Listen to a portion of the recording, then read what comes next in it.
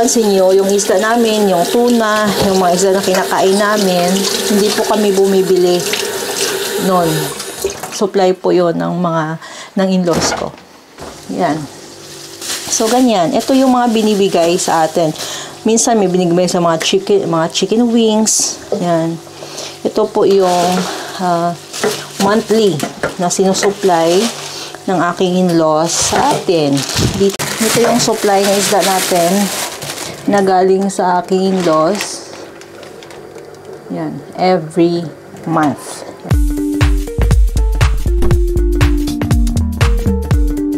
Ito sa akin. Libre po kasi. Binibilhan kami ng meat ng aking in-laws every month. So, kaya hindi kami namumroblema sa karne when it comes to sa mga meat na yan. Hindi kami namumroblema. Pakita ko sa inyo. Lutuin ko lang muna tong yung pork chop. I just make put the breading here. And then at saka ko sa inyo. Pakita ko sa inyo yung karne na binibigay. So aside from some karne, for example, today, last time, nag-shopping yung in-laws ko sa market. Bibili siya ng mga pagkain namin. Tapos,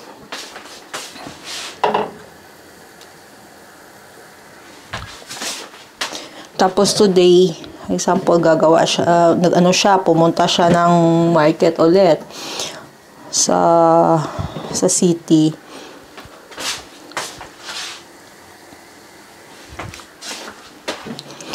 Para bumili ng tawag nito, meat, yon. Tapos next day naman pupunta na naman yan mga retired na kasi, syempre wala naman silang gagawin. So pupunta na naman yan sa market para sa magbili ng isda. So, kung papansin nyo, yung isda namin, yung tuna, yung mga isda na kinakain namin, hindi po kami bumibili noon. Supply po yon ng in-laws ko. So, yan. Pakita ko sa inyo. I-clear up ko lang yun dito. Muna. Tapos, pakita ko sa inyo yung mga pinamimigay, yung mga binibigay na sinusupply ng in-laws ko every month. Yan. Nagsha-shopping din kami sa amin. So, ito, pakita ko sa inyo yung ating meat na nandito. Kasi pumunta yung asawa ko doon sa kanila. So, ito, normally, yan.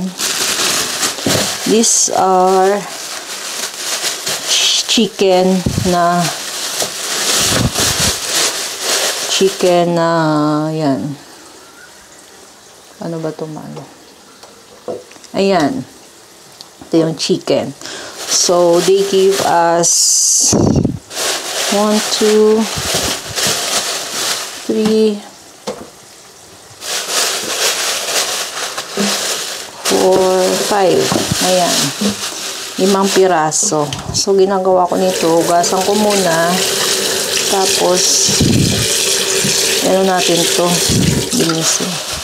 Yung labahin ko, natapos na din doon, nakahang. So, this is ito naman yung spare ribs. Yan. So, mga dalawa. Yan. Ito yung binibigay sa amin monthly. So, after nyan, these are still fresh. Kakabili lang yan sa market. Tapos, ito.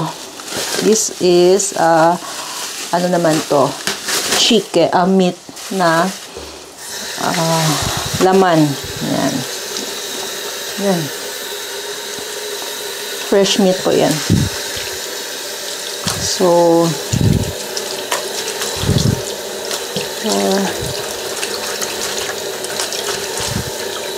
8, 9. So, ganyan.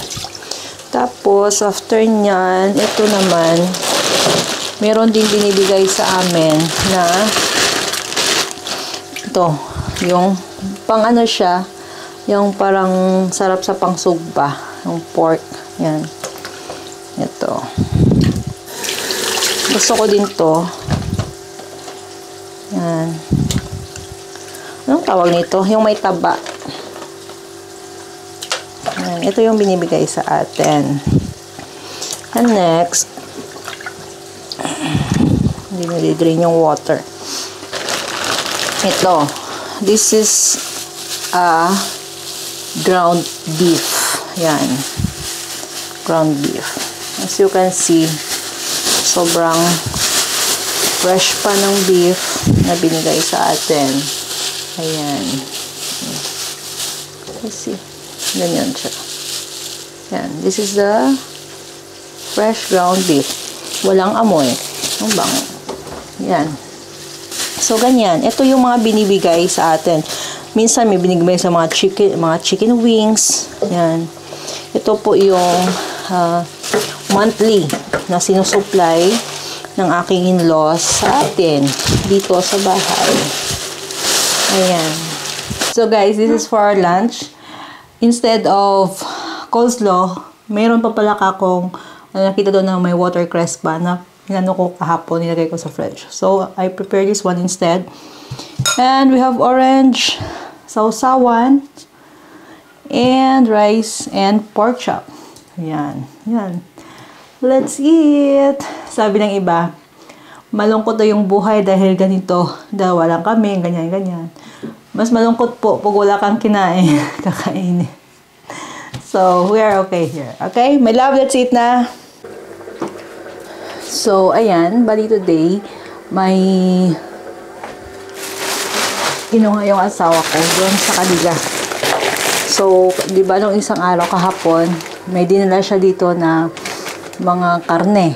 So, ito naman ngayon, kahapon kasi walang chicken. Walang chicken breast. So, ngayon, yung mama niya nagdala ng chicken breast para sa atin. Yan. This is almost 1 kilo, 6 euro 11. Ganun yan dito yung price. So, ayan. So, today, pakita ko sa inyo, ano mga isda na sinusupply sa atin. Ito po yung mga tuna. Yan. Na binibigay sa atin. Ito naman kasi yung asawa ko hindi kumakain ng isda na may tinik. So, sa kanya to. Tapos, yung sa akin naman, ito. Ito. Yan, yung ganito. So, ito yung sa akin. Diba? Lalaki. So, ito yung sa akin. Yan. Oopsie. Saka ito. Ayan. Ito sa akin. Saka, para sa asawa ko din, ito. Hindi pa, nakatikim na ako dito, pero kasi wala din itong masyadong tinik. Yan. Itong fish na ito. Yan. So, ito yung supply na isda natin na galing sa aking in-laws. Yan. Every month. Yan. Ito po yun. So, kapon, karne. Ngayon, isda naman. Tapos, bukas naman ay mag-grocery silang dalawa ng mama niya. So, it's not our official grocery na sa bahay namin, but it's a grocery with his mom. Yun, bibili din siya ng kung anong mga kailanganan namin. So, tomorrow, ulit, another supply from them. So, ganun yun po kami dito every month. We have a supply of food from our in-laws every month. Sa karne, gulay, yung tawag nito, yung isda, at saka groceries. Ayan. Today po, mag-isa na naman tayo. Today is Thursday at mag-isa na naman tayo dito sa bahay dahil nag-shopping yung asawa ko at saka yung mama niya. So, ayan, nire-ready ko na yung wood para just in case na malamig siya. So, I will pick up later the pine cones outside na pinulot namin. So, later, pag may lamig na, ready na siya. Anytime, pwede mo siyang isindihan yung fireplace. So, ganun na yun.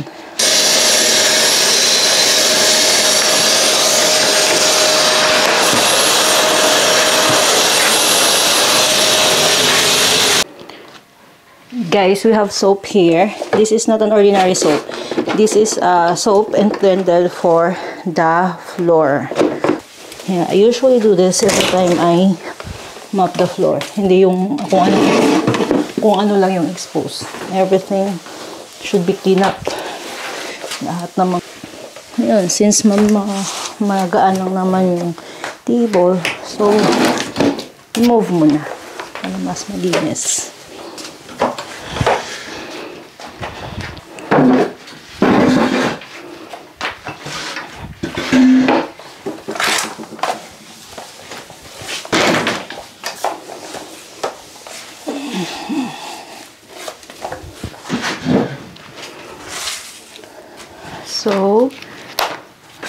So, ganyan na siya kalinis. Even under the table, yan, ganyan na siya kalinis. Pag minumove mo talaga yung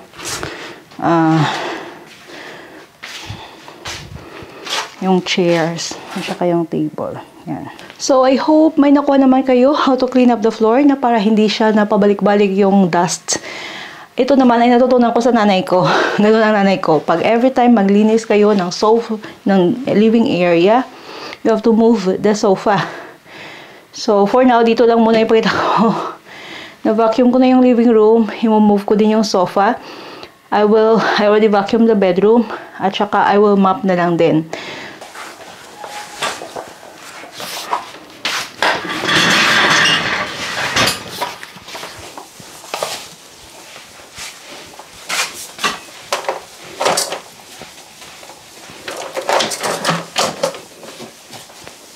Muna to.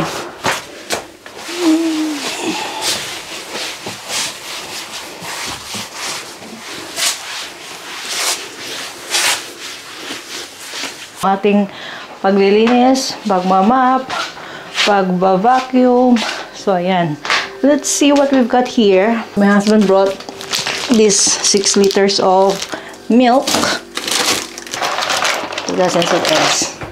We have here, oh, this is his favorite and Beatrice too, chocolate croissant. Chocolate.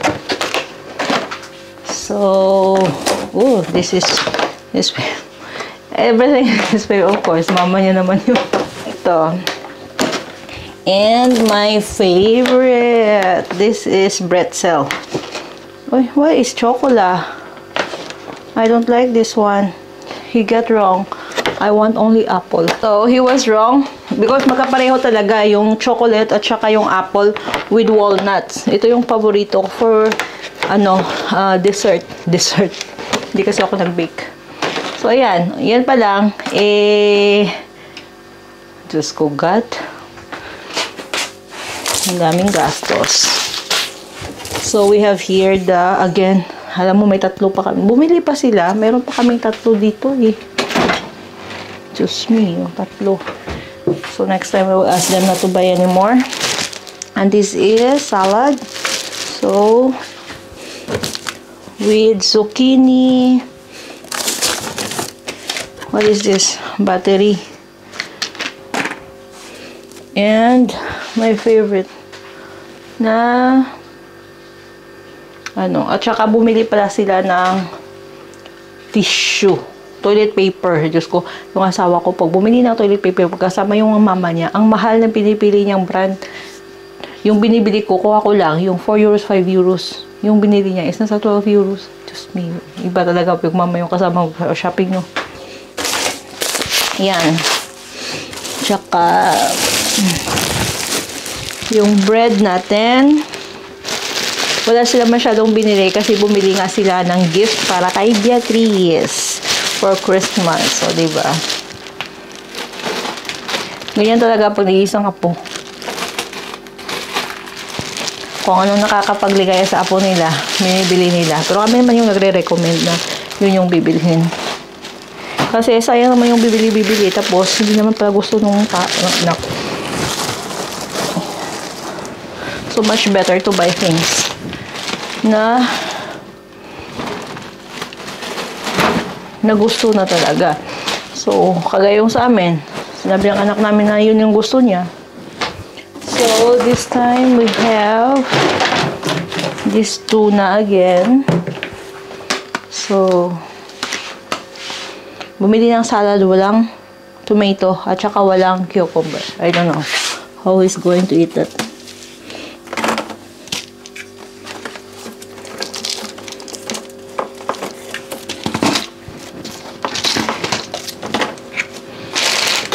Ayan, so far puno pa naman yung ating storage dyan. So, yung mga kailangan na namin na basic talaga, yun na lang yung bibilhin din namin sa maybe weekend. Shopping kami this weekend. Alam nyo, buti nga ngayon, pastries na lang. Kasi dati, yung binibili talaga, chocolate. So, tapos, ginagawa kasi namin, yung nandun kami sa kanila, once nanonood kami ng TV, kumakain kami ng chocolates. As in chocolates, not chocolates. So, yun, sobrang, I don't know, I changed that lifestyle. Sabi ko sa asawa ko, ba't kayo kumakain ng chocolate gabi na? Diba? Tapos, hindi na yun may-use ng katawan nyo kasi tutulog na kayo, tapos ganun. Kasi bawal yun sa amin sa Pilipinas. So, yan. Dito sa kanila, parang, we spent a lot for the chocolate before. Doon pa sa kanila. Tsaka pag-transfer namin dito. And then, ayun, binawalan ko na. Tsaka before, binibigyan palagi ng chocolate si Beatrice. Actually, marami pang chocolate pa dito si Beatrice. Yung mga ganito. So, ako na sabi na wag na bilhan. Kasi, diba, chocolate ng chocolate. Tapos, so far, si Beatrice naman, hindi na siya masyado kumakain ng mga matatamis din. So, yun. I'm happy na din. So, ganyan. Ituloy na natin yung aking paglilinis. So, thank you for watching sa pagsunod sa ating buhay dito sa Portugal. Until next time. Bye!